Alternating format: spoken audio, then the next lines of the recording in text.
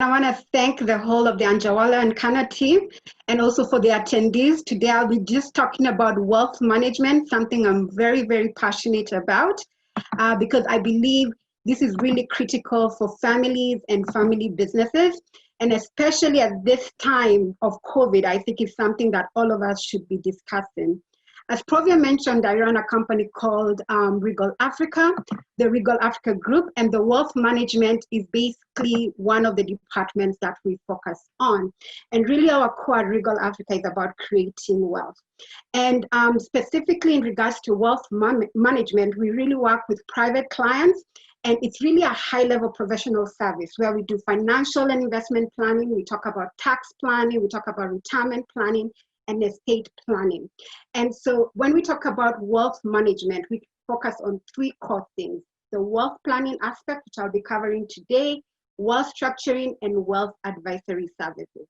And really we focus on individuals and families when we're offering these services, especially what we call epic clients, who are executives, professionals, entrepreneurs, and creatives. And really the whole essence about wealth management is to help our clients create their financial goals. So what again is private wealth management? Private wealth management again is really focused on helping our clients attain their lifetime wealth plan. This is very critical. And for you to do that, you actually need to know where you currently and where you want to go. And with that, what we do at Regal Africa is actually help you make the right financial decisions. How do you attain your financial and investment goals? And how we do that is we actually provide global thinking, because a lot of our clients have global assets. So you might be having your assets here in Kenya or internationally in Europe, in the US. So really understanding and having an understanding of the global economy is very important. We're also very informed by the local insights, especially because we're in East Africa. So we cover Kenya, Tanzania, Rwanda, and Uganda. And what we do is really help our clients come up with wealth management strategies. We help our clients, again, organize your data. So when you're looking at wealth management, you have to organize your data. You have to be able to know that data. You actually have to work with key advisors. So that's why, again, we're doing this talk here, or this webinar with Anjawala and Kana, because we work with legal advisors, tax advisors, insurance professionals, just anyone who will be able to help you in wealth management. We're able to track the implementation of our clients, which is really key, because what we've noticed, a lot of people have wealth strategies, but they're not able to implement them. So we make sure that we work with our clients to be able to implement these strategies. So what we say as wealth architects, our aim is to deliver expertise, a premium level of service, and really help our clients plan, grow, and manage their global wealth. Now, again, all this ties down to managing your family legacy. So when we're talking about wealth management, we say, first, for you to do wealth management, you have to have accumulated your assets. You then now do wealth management, and then now you can talk about wealth transfer. So at Regal Africa, when we're actually talking about wealth management, we always say the thing that we do really well is we listen to our clients, we understand them, then we can advise. Again, the core here is to focus on our clients and to be their wealth partners. And this is the reason why, because we know personally, myself and all the clients that we've worked with, we know that it takes a lot of work to build your business, to build your career. And so we always ask our clients, what next, right? What is the plan after that? Because it's not really easy to build your vision. It takes time, dedication, and sacrifice. So what we do at Regal Africa Wealth Management is really to assist you as a client, or whoever is helping you in wealth management. They need to assist you to actually ensure that it's continuation of your life work and the wealth that you've created in this lifetime. So it's all about legacy. So wealth management equals legacy. And in this case, we talk about family legacy. So again, the way I wanted to just share the information today was in three parts. One, wealth planning, which we believe is the critical first step. Second is wealth accumulation. Third is basically multifamily services, because this is where we talk about wealth management at its core. So in wealth planning, it's just basically a four-step process. It's a simple process. The beginning is really around discovery, which is basically understanding where you are and where you want to go. The second is developing a plan. And then the third is really about implementing the plan. Like I mentioned, implementation is critical. This is where the wealth accumulation happens, or whatever needs to be done needs to be done. And then again, it's about reviewing the plan. So when you're talking about wealth planning, you need to review it at least once a year. Once a year, you need to go in, sit with your wealth advisor, and actually review what needed to have been done, what was done, what didn't work, and make sure that that happens continuously. The only time we tell people that you want to review your plan, maybe not, is when maybe a life-changing event happens. You want to review it at this time, especially right now because of this pandemic. We've been having very many people contacting us saying that we never expected this, what do we do? So again, that's the first step, wealth planning, and you go through the wealth planning process. Now, the advice that we give our clients is you need to do it in 2 steps. The first step is really your individual wealth plan. All of us are individuals, so we make our money, we create our wealth, that's very personal. Then the second wealth planning service is business, which I'll be talking a little bit different later on. The main difference between these two is with you as an individual. When you're talking about your wealth plan, it's finite. We all know it will reach a point when we pass away. So again, this life or wealth plan is for a limited time. It is an 8-step process that we encourage all our clients to do so that they can make sure that they go through this wealth planning effectively. The first one is really understanding your financial net worth, because once you understand that, which is understanding what are your assets, what are your liabilities, it will enable you to go through the rest of the 7 process plan. So the first step, like I said, is financial net worth, which now helps you understand how your cash flow is going. You're able to manage your debt. So it's about reducing liabilities. It's about asset protection. It's about taxation planning in regards to what tax incentives can I take so that I can be able to manage my wealth better. It's about retirement planning and make sure you are having the right lifestyle once you retire, and wealth accumulation. Again, wealth accumulation is where we focus at Regal Africa. And then the last step is about estate planning, which I know Mona will talk a little bit more about that in regards to succession planning.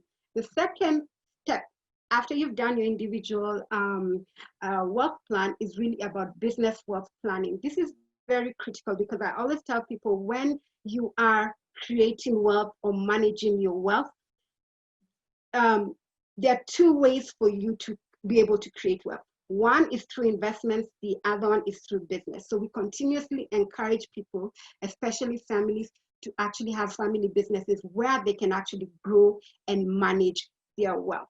So the key here around business wealth planning is really about business succession planning. This is something that we notice a lot of people don't have. They do not have a succession plan. Even right now with COVID, you understand, even the operation, the business continuation plan, people don't have that. So what we do in wealth management is really focus also on the 8-step process, understanding your financial net worth, which you can get, of course, on your balance sheet.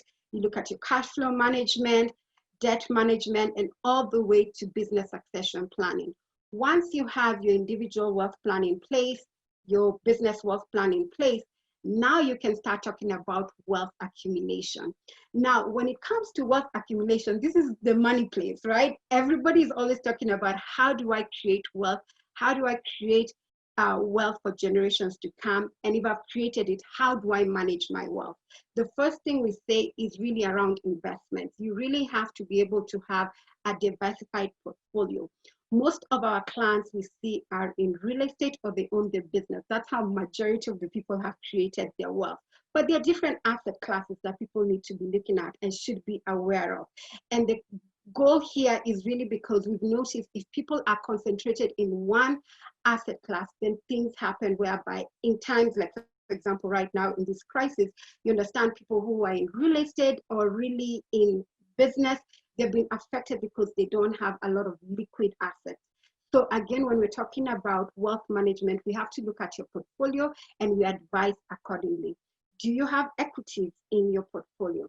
Do you have fixed income in your portfolio? Do you have unit trust? Again, one of the things we encourage a lot of people to do is work with professional fund managers, people who do it day in, day out, look at the numbers and enable to get you a better return than you would do individually. And then the last thing we look at with our clients is really about alternative investments. This is very interesting for me because I've been saying that there are three things that everyone needs to be looking at, especially if you're in Africa: alternative investments. And I'll go through them three real quick. The first one is agribusiness. This has great potential in Africa because we have the ability to feed the world. And with this, when we're talking about agribusiness, it's not only about production, it's also in value addition. And it's not the old way of people having just 1 acre and just, you know, putting in some vegetables, some fruits or dairy, and then, you know, selling the domestic market. We're talking about people who are able to do commercial agribusiness, look at the region, look at Africa, and actually look at global opportunities. So agribusiness is potentially the best new investment option in Africa. And so what a good wealth manager would do, or a good wealth advisor, is really show you what are the opportunities in this space. Do you do it directly, or do you actually work with agribusiness funds which are out there, or people who are professional in this space, so that you can be able to invest in? The second thing is real estate, which is of course a true and tested asset class. But the difference here, we say, is going forward, you really need to be looking at cash flow. Cash flow is key because we see a lot of our clients have a lot of land which is not utilized. And so right now that becomes a problem, because our research shows that in the future, especially in the Kenyan market, at least in the next decade, you will see the value of land either stabilizing or it will depreciate. Why? Because the last 2 decades, the prices have gone really up. So that will not happen in another decade or so. So what you need to be looking at is unlocking the potential in your land, which means, can you develop that and can you get cash flow from it? And then the third thing is really about business funding.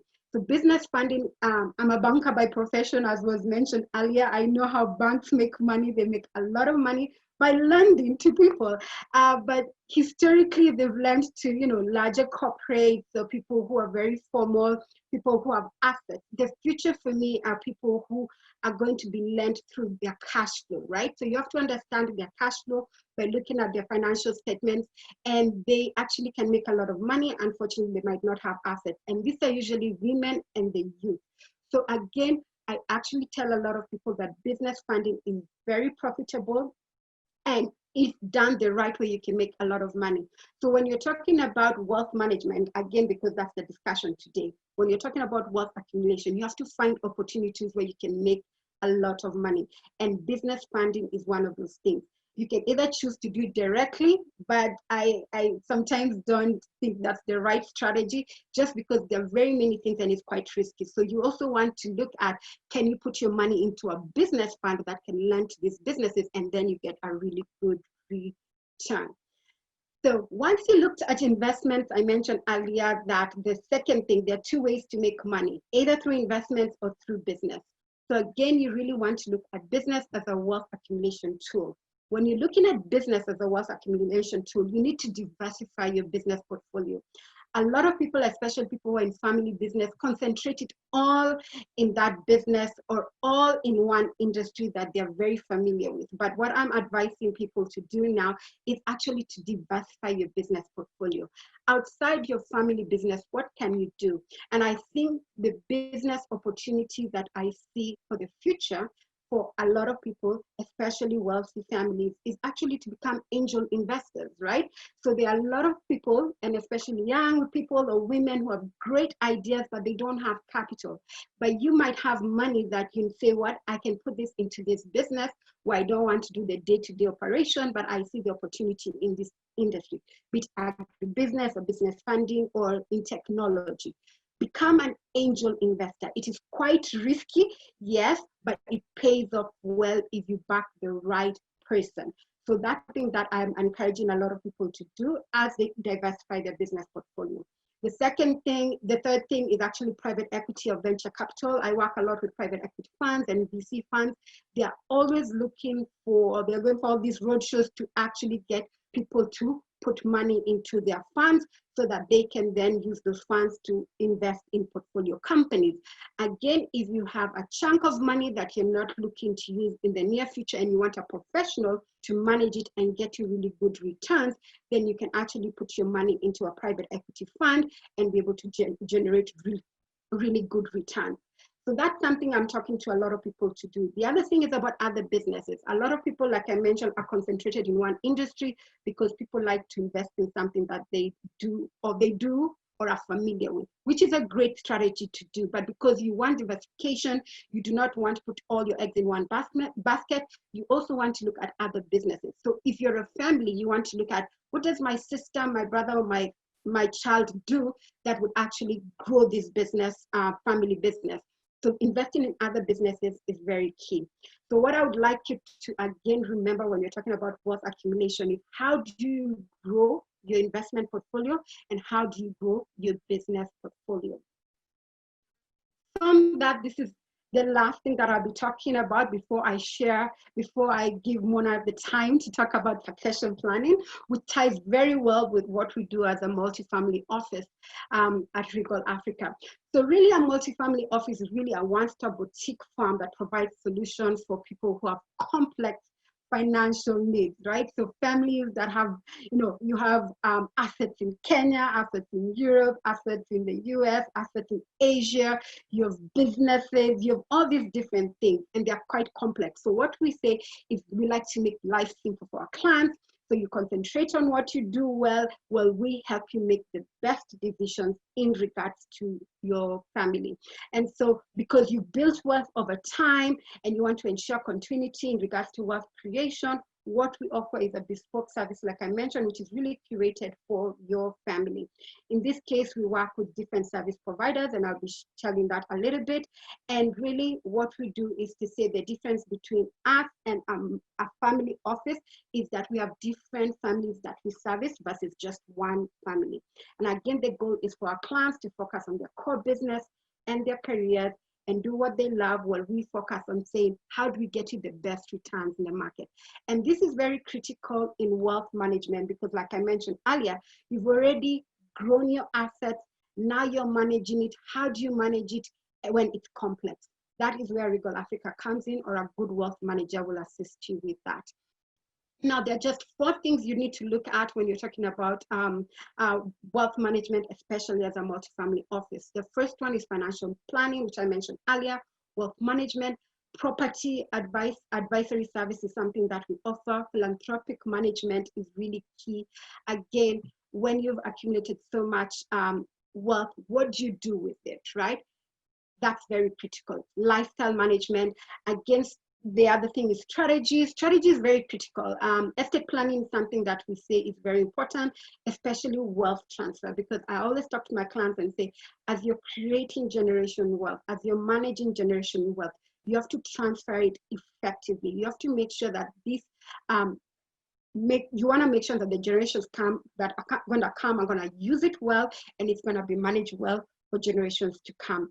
We offer business and financial advisory in conjunction with the rest of the Regal Africa group.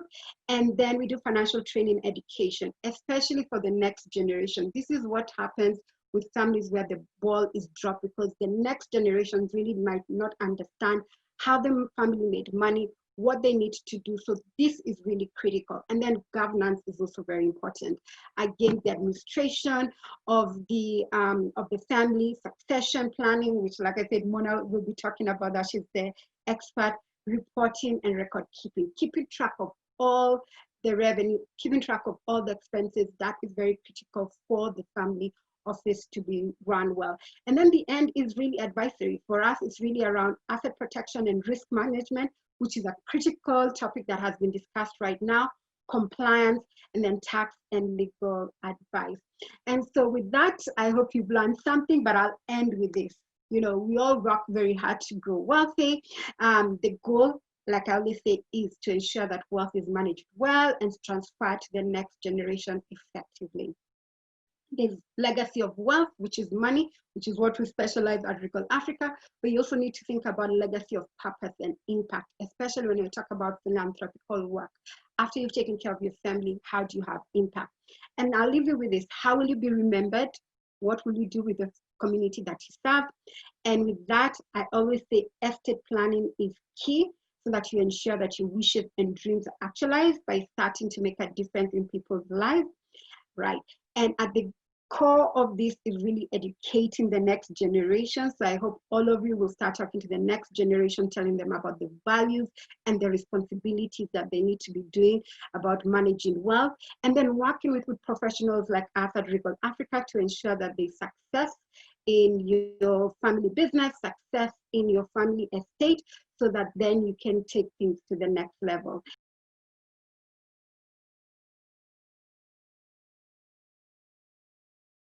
So I would say it depends, because there are different private equity funds and they have different sizes. But usually I would say minimum of about $1 million. But what I can say is a trend that is changing, especially I'm seeing here in Africa and East Africa, whereby we're having smaller funds. And also, so the type of fund is smaller, and they are actually investing in smaller companies. So I think in the future, you might see some VCs, especially VCs, not private equity funds, but VCs looking for investors to invest in them at a smaller amount of money, but typically you'd say $1 million and above. So what I would say, if you want to get into investing into businesses, you want to start off as an angel investor before you go into VC and private equity, because the entry level as an angel investor is less. So right now we have companies that come to us who are looking for funding for as little as $1 million Kenya shillings, 10 million Kenya shillings, which is less than if you were to put it in a fund. So there are options. So we always talk to clients and say, you're looking to invest in a separate business, talk to us and we find the right vehicle depending on the amount of money that you have, the time horizon that you have, and the risk tolerance that you have.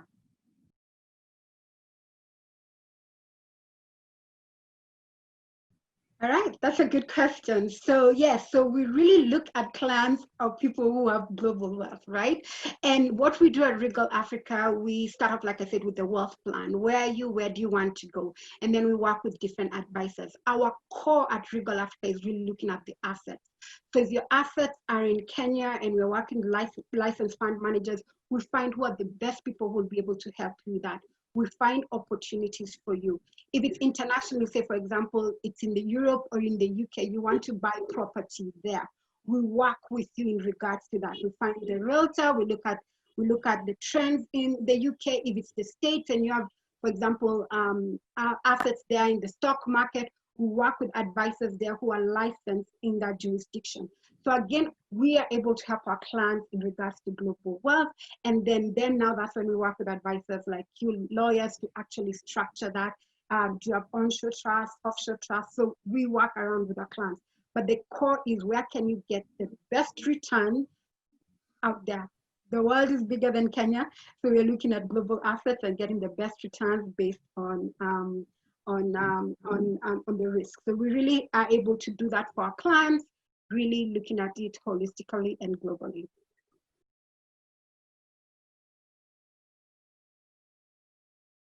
Right now, in Kenya, we don't, but I do know of Genghis Capital, which is an investment bank that does have some Sharia compliance investments.